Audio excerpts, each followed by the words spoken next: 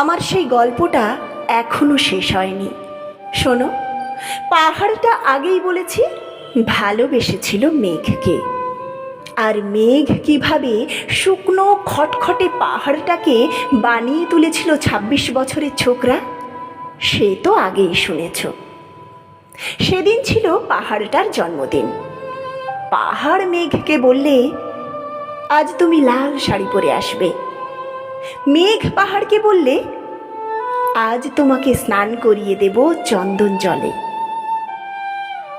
ভালোবাসলে নারীরা হয়ে যায় নরম নদী, পুরুষেরা জ্বলন্ত কাঠ।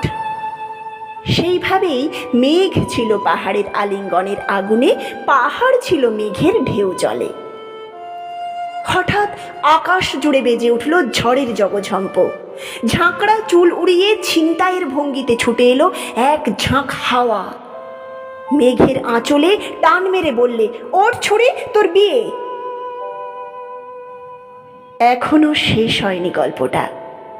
বজ্রের সঙ্গে মেঘের বিয়েটা হয়ে গেল ঠিকই, কিন্তু পাহাড়কে সে কোনো দিনই ভুলতে পারল না। বিশ্বাস না হয়তো চিরে দেখতে পারো পাহাড়টার হাড় পাঁজর। ভিতরে থই থই করছে শত ঝর্ণার জল।